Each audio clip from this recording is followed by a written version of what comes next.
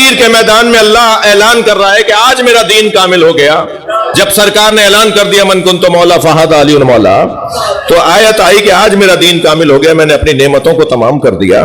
پھر یہ کہہ کے اللہ کہہ رہا ہے کہ اللہ تو کافروں سے محبت ہی نہیں کرتا. تو یہاں تو کافروں کا میدان ہی نہیں ہے. یہی کچھ انداز خانہ کعبہ کی چھت پہ کھڑے ہو کر جب حضرت عباس نے خطبہ دیا تھا. بھائی تھوڑی گردن ہلاؤ اگر سننا چاہ رہے ہیں. خانہ کعبہ کی چھت پہ کھڑے ہو کر جب مولا حسین نے فرمایا تھا نا کہ عباس نے بتاؤ کہ ہم مکہ چھوڑ کے کیوں جا رہے ہیں، تو مولا عباس نے فرمایا مولا کہاں جا کے خطبہ دوں؟ فرمایا کعبے کی چھت پہ جا کے دوں. کعبے کی چھت پر حضرت عباس ایسے لگ رہے تھے جیسے امام بارگاہوں میں علم نظر آتا ہے. کعبے کی چھت پہ کھڑے ہو کے حضرت عباس نے خطبہ دیا، اور اس خطبے میں 32 جملے ہیں مولا عباس کے. اسی بنیاد پر ائمہ اہل بیت نے، اولیاء الہی نے حضرت عباس کو خطیب کعبہ کہا ہے. مولا عباس کے لقبوں میں ایک لقب ہے خطیب کعبہ، جو کعبے کو ممبر بنا کر خطبہ دے. بھئی تھوڑی گردن ہلاؤ نا، بات تو سنا. جو کعبے کو ممبر بنا کر خطبہ دے، مولا عباس خانہ کعبہ کی چھت پہ کھڑو کے فرما رہے الحمدللہ الذی شرف ھذا. اچھا امام حسین نے فرمایا کعبے کی چھت پہ چلے جاؤ. سامنے خود حضرت کرسی پہ تشریف فرما تھے. حضرت کا خیمہ کعبے کے مطاف کے باہر لگا ہوا تھا، یعنی جہاں جو مقام ابراہیم ہے اس سے آگے خیمے لگ جاتے تھے. مقام ابراہیم اور کعبے کے درمیان طواف ہوتا تھا. اس کے بعد شخصیات کے اور مہمانوں کے اور مسافروں کے خیمے لگے ہوئے ہوتے تھے. جس دور کی میں بات یہ روایت سنا رہا ہوں آپ کو، آج کا ماحول نہیں، یہ ماحول 1400 سال پرانا.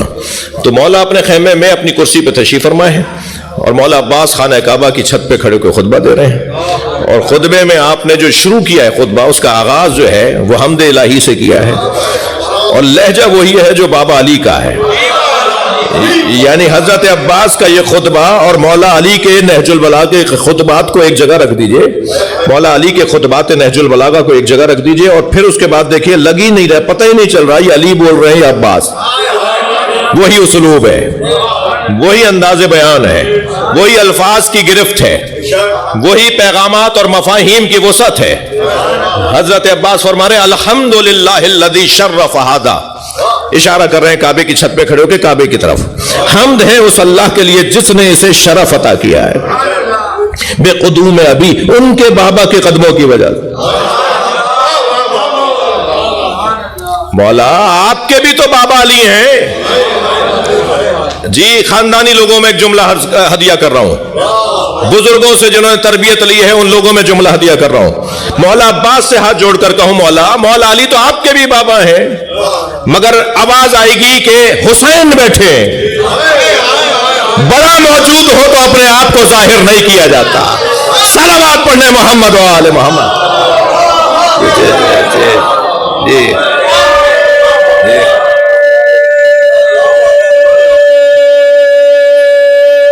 ماشاء اللہ الحمد. ہے سراپا معجزہ ولی ابن ولی ہے، نام ہے عباس، باپ اس کا علی ہے. اس کا علم گھر پہ دیکھ کر آتا نہیں ملا، اس کا علم گھر پہ دیکھ کر آتا نہیں ملا. واہ غازی تیرے صدقے میں بلا کیسی کلی ہے. بھائی ایسا بھی ہوگا. الحمدللہ الذی شرف ھذا. میں نے جس ایک جملے کی خاطر خطبے کا آغاز میں نے آپ کو سنایا، مولا فرما رہے حمد ہے اس اللہ کے لیے جس نے اسے شرف عطا کیا ہے ان کے بابا کے قدموں کی وجہ سے. مولا آپ کے بھی تو بابا ہیں، کہ میرے تو مولا ہے، بابا تو حسین کے علی، میرے تو مولا ہیں، میرے تو آقا ہیں. پھر اس کے بعد والے جملے میں جس کی خاطر میں نے یہ جملہ آپ کو حضرت کا ہدیہ کر دیا، حضرت فرماتے ہیں ایتھا الکفرۃ الفجرہ، اے کافرو اے فاجرو، اتصدون طریق البیت الی الامام البررہ، تم کیا نیکوکاروں کے امام حسین پر خانہ کعبہ کا رستہ بند کر سکتے ہو؟ میں ہاتھ جوڑ کر کہوں گا مولا ایتھا الکفرۃ الفجرہ، اے کافرو اے فاجرو، یہ تو احرام باندھے ہوئے ہیں،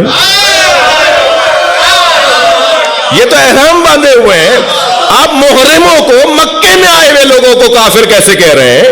عجب نہیں مولا عباس کی آواز آئے، جو حسین کو مارنے آیا ہے وہ مسلمان کا۔ اتصدون طریق البیت الی الامام البررہ، تم نیکوکاروں کے امام پر خانہ کعبہ کا دروازہ بند کر سکتے ہو؟ من ہوا احق بہی۔ اب مجھے اجازت دیں کہ پورا خطبہ نہ سناؤں، لیکن ایک کیفیت ہے، ایک صلوات اور پڑھیں نبی والے۔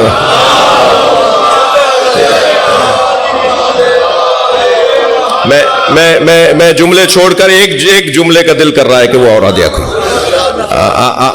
مولا اسی خطبے کے اندر آگے جا کے ارشاد فرماتے ہیں اتخافون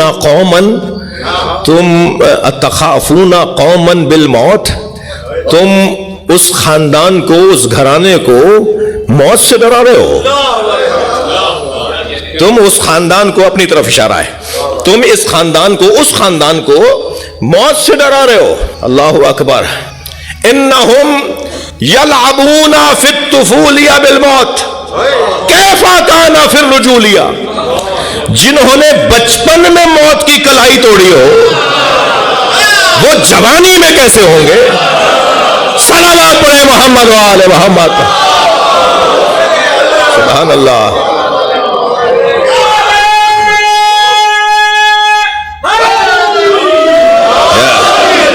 تم ہمیں ڈراؤ گے موت سے؟ ہم نے بچپن میں موت کی کلائی توڑی ہے، تو پھر جوانی میں ہمارا کیا حال ہوگا؟ خبردار یہ مت سمجھنا کہ ہم مکہ اس لیے چھوڑ کے جا رہے ہیں کہ ہمیں موت کا خوف ہے۔ ہم مکے کو اس لیے چھوڑ کر جا رہے ہیں کہ یہ پہلا گھر ہے جو ہمارا ہے، اور گھر والا ہی گھر کی حفاظت کرتا ہے۔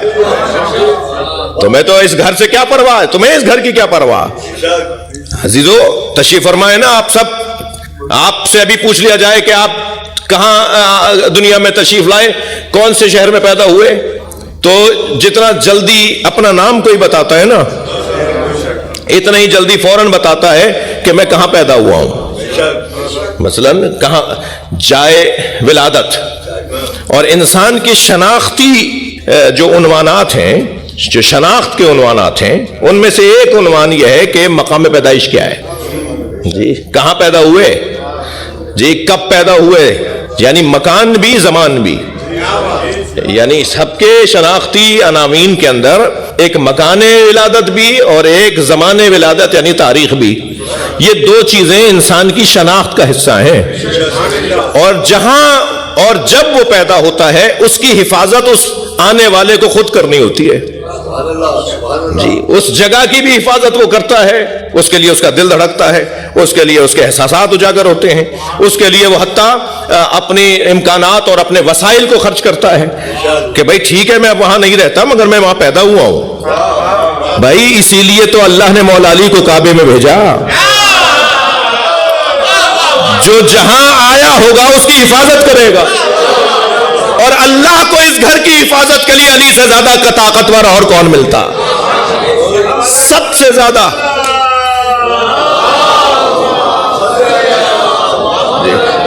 سب سے زیادہ طاقتور وجود جو کعبے کا محافظ قرار پایا وہ وہی ہے جو کعبے میں دنیا میں آئے گا۔ لہذا علی مولا نے بھی کعبے کی سب سے زیادہ حفاظت کی، اور علی کے بچوں نے اس لیے حفاظت کی کہ ہمارے بابا کی جائے ولادت ہے، ہمارے بابا وہاں پر آئے ہیں اس لیے ہم اس کی حفاظت کریں گے۔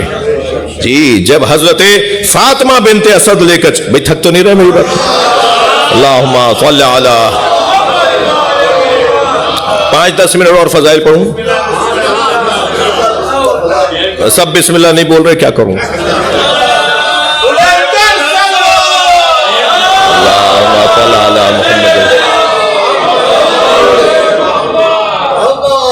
بی بی فرماتی ہیں، بی بی مولا حضرت ابو طالب نے بی بی فاطمہ بنت اسد سے کہا، حضرت فرمایا پہلے تو میرے بچوں جوانوں یہ ایک جملہ اور ہدیہ کرنا کا دل کر رہا ہے کہ مولا علی وہ واحد صاحب عظمت ہستیوں میں سے ہیں کہ جو ننیالن اور ددیالن یعنی ننیالی اعتبار سے اور ددیالی اعتبار سے ہاشمی ہیں۔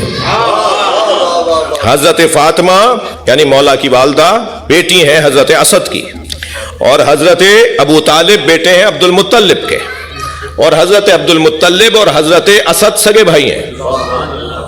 یہ دونوں بیٹے ہیں حضرت ہاشم کے، یعنی حضرت ہاشم کی پوتی حضرت فاطمہ بنت اسد اور حضرت ہاشم کے پوتے حضرت ابو طالب۔ توجہ ہے بات کی یہ؟ اور پھر جب دنیا میں تشریف لا رہے ہیں تو علی آ رہے ہیں، مولا علی ننیالی اعتبار سے بھی ہاشمی اور ددھیالی سلسلے سے بھی ہاشمی، اور دونوں بڑی ہستیوں کی بیٹے بچے، حضرت فاطمہ بھی اور حضرت ابو طالب بھی۔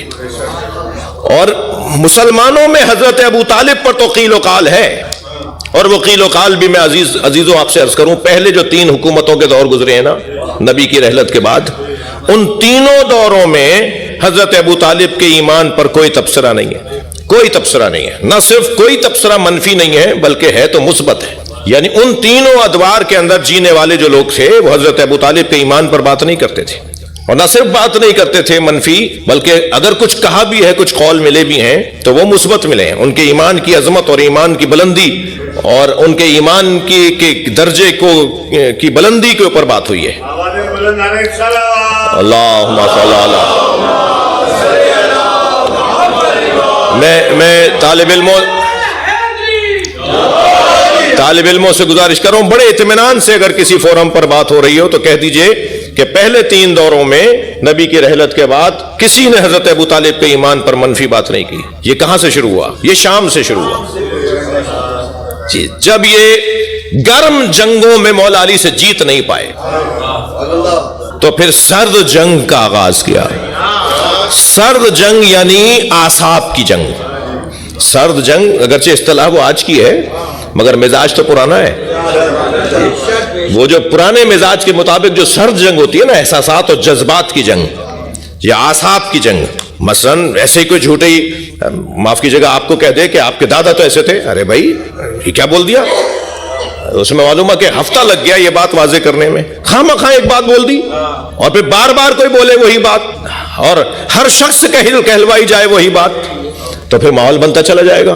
آپ کتنی صفائیاں، آپ کہیں گے بھائی یا تو میں خاموش رہوں اور خاموش رہتا ہوں تو پھر یہ ماحول ہے، بولتا ہوں تو میں اکیلا کیا بول لوں گا، ہر شخص یہی بول رہا ہے۔ اور پھر ہمارے ہاں تو محاوروں نے دین کا درجہ حاصل کر لیا ہے، محاوروں نے دین کا درجہ حاصل کر لیا ہے۔ وہ کہتے ہیں جی وہ زبان خلق کو نقارہ خدا کہیے جی، اب یہ جو لوگ بول رہے ہیں تو کچھ تو ہوگا، بھائی کچھ بھی نہیں ہے اور بولا جا رہا ہے۔ تو مولا علی علیہ السلام کے ساتھ ایک جنگ کا آغاز کیا گیا جسے سرد جنگ کہتے ہیں۔ بول دیا گیا، کچھ لوگوں کو پیسے دے کے کہا بھائی اس موضوع کو اٹھاؤ، اور جگہ جگہ خطبوں میں بولو کہ انہوں نے تو کلمہ ہی نہیں پڑھا، وہ تو مومن ہی نہیں تھے۔ اور وہ گھڑی ہوئی روایت کے کان میں سرکار نے آخری وقت میں کہا کہ چچا کلمہ پڑھ لیجئے، اور انہوں نے کلمہ نہیں پڑھا۔ عجیب لوگ ہیں، کان والی بات انہوں نے سن لی اور غدیر کے دھوپ میں اور بھرے میدان میں من کن تو مولا ہی نے آواز نہیں آئی۔ یہ کان والی آواز تمہیں کیسے آ گئی؟ پھر ایک گھڑی ہوئی روایت بنا دی جسے حدیث زازہ کہتے ہیں کہ معاذ اللہ حضرت ابو طالب پنڈلیوں تک معاذ اللہ عذاب میں جی۔ تو یہ والی، اور پھر اتنے اتفاق سے کل میں ایک مطالعہ کر رہا تھا، ایک اہل سنت عالم نے اہل بیت کے فضائل اور عظمت پر ایک کتاب لکھی ہے، تو وہ انہوں نے مجھے بھیجی، اس میں دیکھ رہا تھا کہ وہ کہاں تو انہوں نے الحمدللہ حضرت ابو طالب کی عظمت پر مفتی محمد ہاشم سندھی نے کتاب لکھی ہے، اور بہت ہی مضبوط کتاب اہل بیت کی ہے۔ تو حضرت ابو طالب کے ایمان پر مکمل ایک اور ان کی عظمت پر مکمل ایک باب ہے اس میں، اور بہت ہی عمدہ گفتگو اس کے اندر، بہت اچھے دلائل، اور انہوں نے اپنے علماء کے اور اکابرین کے اقوال کو نقل کیا ہے۔ مگر یہ سب لوگ، میں زیادہ حاشیے میں نہیں جاؤں کہ یہ سب لوگ جتنے بھی حضرت ابو طالب کے ایمان پر قیل و قال کرتے ہیں نا، وہی سب حضرت فاطمہ بنت اسد کے ایمان پر متفق ہیں۔ وہ کہتے ہیں ہاں حضرت ابو طالب نے معاذ اللہ ایسا تھا، مگر فاطمہ بنت اسد مومنہ تھی۔ ادھر قرآن یہ کہہ رہا ہے لن یجعل اللہ الکافرین علی المؤمنین سبیلا، قرآن یہ کہہ رہا ہے کہ کافروں کو مومنوں پر حکومت کرنے کا حق نہیں ہے۔ قرآن یہ کہہ رہا ہے کہ کافروں کو مومنوں پر حکومت کرنے کا حق نہیں ہے. ادھر حضرت فاطمہ بنت اسد کا تمہارے نزدیک مومنہ ہونا ثابت ہے. ادھر قرآن یہ کہہ رہا ہے الرجال قوامون علی النساء، شوہر اپنی بیویوں پر حاکم ہے. تو یہ کیسے ممکن ہے کہ حضرت فاطمہ بنت اسد اس کے ساتھ جڑی رہے جس کا اور ان کا ایمان ایک نہ ہو؟ اللہم صلی. کبھی کبھی موقع ہو اور صرف حضرت ابو طالب علیہ السلام کی عظمت پر گفتگو ہو، اس لیے کہ میں ایمان ابو طالب پر بات کرنا توہین حضرت ابو طالب سمجھتا ہوں، حضرت ابو طالب کی توہین سمجھتا ہوں. حضرت ابو طالب کے ایمان پر تبصرہ نہیں ہوگا، مقام اور عظمت پر بات ہوگی، ان کے فضائل پر گفتگو ہوگی. تو بی بی فاطمہ بنت اسد، جس روایت کو سنانے کے لیے میں نے اور آپ کے 8-10 منٹ لے لیے، بی بی فاطمہ بنت اسد جب کعبے سے باہر آئیں تو اب کعبے کے اندر خانہ کعبہ میں جو گئیں، جیسے گئیں وہ پورا ایک منظر ہے جو تاریخ نے لکھا ہے. اور جاتے ہوئے تو 2 لوگوں نے دیکھا تھا، اور اگر واپس بھی ایسے ہی فوراً آ گئی ہوتی ہیں، کچھ ہی دیر کے بعد مولا علی کو لے کر آ جاتی ہیں، تو پھر 2 لوگ کہتے کہ ہم نے جاتے ہوئے بھی دیکھا، آتے ہوئے بھی دیکھا. تو یہ مسلمان بڑے کاریگر ہیں، یہ کہتے خبر واحد ہے، اور خبر واحد کا تو اعتبار نہیں ہے. 2 لوگوں نے دیکھا تھا، اور وہ بھی اس وقت میں مسلمان نہیں تھے، تو اب ان کا کیا اعتبار؟ جی ان کا کیا اعتبار؟ تو جاتے ہوئے 2 لوگوں نے دیکھا تھا، آتے ہوئے پورے مکے نے دیکھا ہے. اس لیے کہ 3 دن کعبے میں رہی. جب تک سارا مکہ، گاؤں دیہاتوں سے اطراف کا مکہ، اکناف کا مکہ اور شہر کے رہنے والے جب سب جمع نہیں ہو گئے، قصہ پھیلنے لگا، بات پھیلنے لگی کہ کیا ہوا ہے، یہ دیوار کھلی ہے، ایک بی بی اندر گئی ہے اور دیوار دوبارہ سے جڑ گئی ہے. زلزلے کا قانون بھی یہ ہے کہ 2 جھٹکے آتے ہیں. صلوات پڑھ لے ذرا محمد و آل محمد.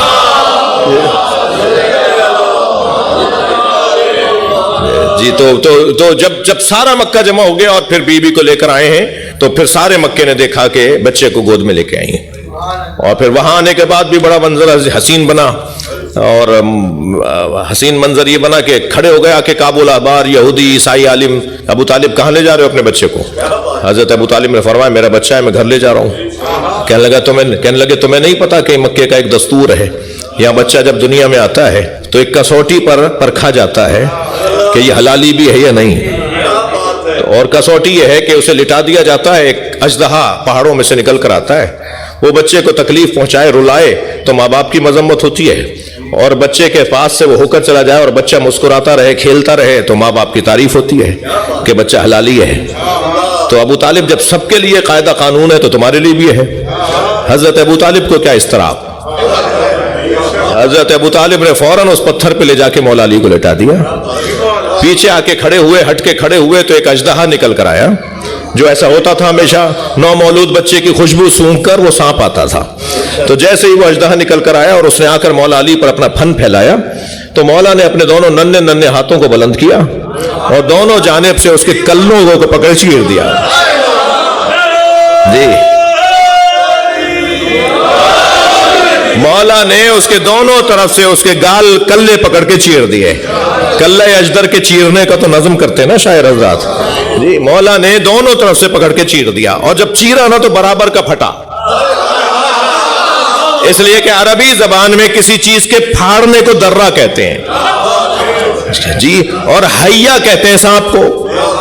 تو جیسے ہی حیا درہ، تو جناب فاطمہ بنت اسد نے فرمایا کہ مجھے وہی ہوئی ہے، اس بچے کا نام حیدر رکھو.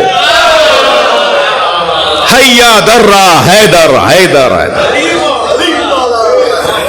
حیدر حیدر صحیح تلفظ ہوگا حیدر ہوگا. ہئی سے حیا سے حیدر.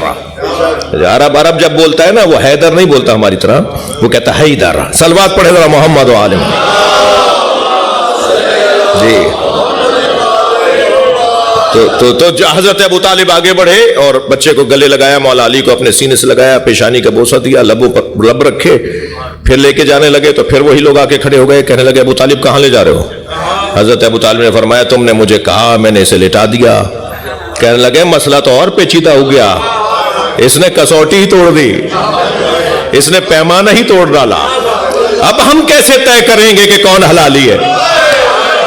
تو برابر سے نبی کی آواز آئی, چچا کہہ دیجئے اب قیامت تک یہی کسوٹی ہے, اس کا ذکر طے کروائے گا کون حلالی ہے. صلوات پڑھنے محمد و آل محمد.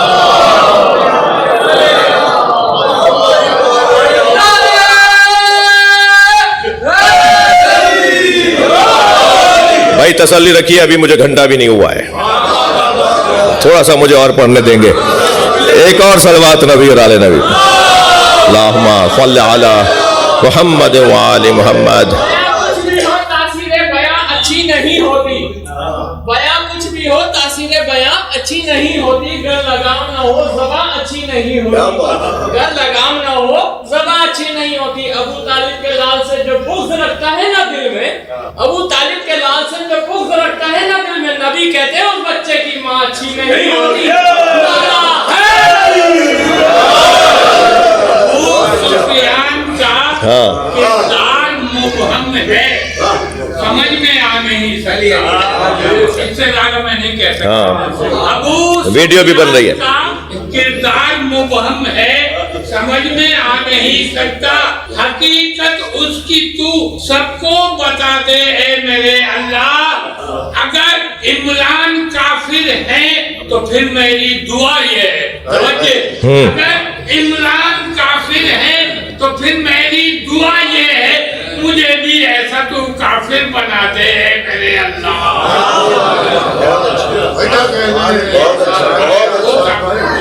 ہاں وہ تشریح کی ضرورت نہیں ہے. ایک صلوات ہے. اللہم صل علی محمد و آل محمد. وہ ایک بی بی فاطمہ بنت اسد کا ایک قول میرا دل کہہ رہا ہے وہ سناؤں. اصل میں ہوا یہ ہے عادل بھائی کہ میں نے شب آمد مولا علی شب 13 اسلام آباد میں جشن پڑھا. 13 کو اور 14 کو مجھے دن میں اور ایک رات میں فیصل آباد اور ظفروال میں پڑھنا تھا. میری مرحومہ علیہ کی والدہ کا انتقال ہو گیا. اچھا وہاں اور پڑھنے والے بھی تھے, شوکت بھائی بھی تھے, محسن کاظمی صاحب بھی تھے, تو انہوں نے ہمیں اجازت دی تاکہ میں جنازے میں پہنچ سکوں. تو یہ قول جب میں تیاری کر رہا تھا ان محافل کی تو اس تیاری میں یہ قول میں نے اب تک ممبر سے نہیں بیان کیا ہے جو اب بیان کرنے جا رہا ہوں. بی بی فاطمہ بنت اسد کا قول, تو وہ میں نے اپنی جو نئی اسٹڈی تھی, نیا مطالعہ ہمیشہ کرنا ہوتا ہے, تو وہ بیان کرنا تھا, نہیں کر پایا تو دل کر رہا ہے یہاں دیا کرتا ہوں. تو بی بی فرماتی, بی بی جب باہر آئی مولا کو لے کر, تو جب گھر پہنچی تو حضرت ابو طالب نے سوال کیا کہ اے فاطمہ خانہ کعبہ میں یہ 3 دن کیسے گزرے, کیا ہوا کعبے میں؟ تو بی بی نے وہ 3 دن کے احوال میں بڑا طویل خطبہ دیا ہے کہ خانہ کعبہ میں ہوا کیا ہے. اس میں اب آپ کا حوصلہ مجھے ملا ہے تو دل کر رہا ہے تھوڑا سا اور اسے بڑھ کر. فرماتی ہے نادا جدار و شمال, جب یہ بچہ دنیا میں آ گیا تو شمال والی دیوار کی آواز آئی, دیواریں بول رہی تھیں, دروازہ بول رہا تھا, پورا کعبہ مولا علی کے آنے پر مبارکباد دے رہا تھا, کعبہ بن رہا تھا کہ علی آ گیا. نادا جدار الشمال السلام علیکہ یا حسرت الشمال, شمال والی دیوار نے علی کو سلام کیا, سلام ہو اس پر جس کی وجہ سے الٹے ہاتھ میں نام عمل لینے والے حسرت کریں گے.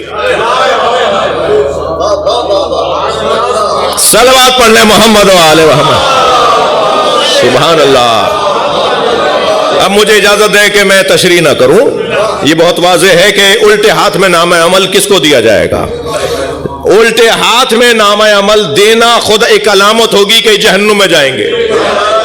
جب انہیں جہنم میں بھیجا جا رہا ہوگا وہ کہیں گے کاش ہم نے علی کو مان لیا ہوتا. یا حسرت الشمال, سلام ہو اس پر جس پر شمال والے حسرت کریں گے. ایک اور صلوات مولا کی ذات.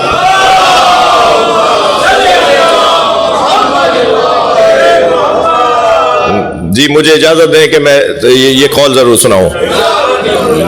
بھائی اتنی تاخیر سے تو مجلس میں آپ آتے نہیں ہیں. چلیں ایک صلوات اور نبی کا.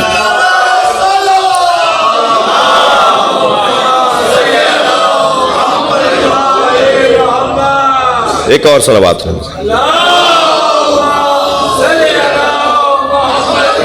نہیں سب مل کے صلوات دے. اللہم صل علی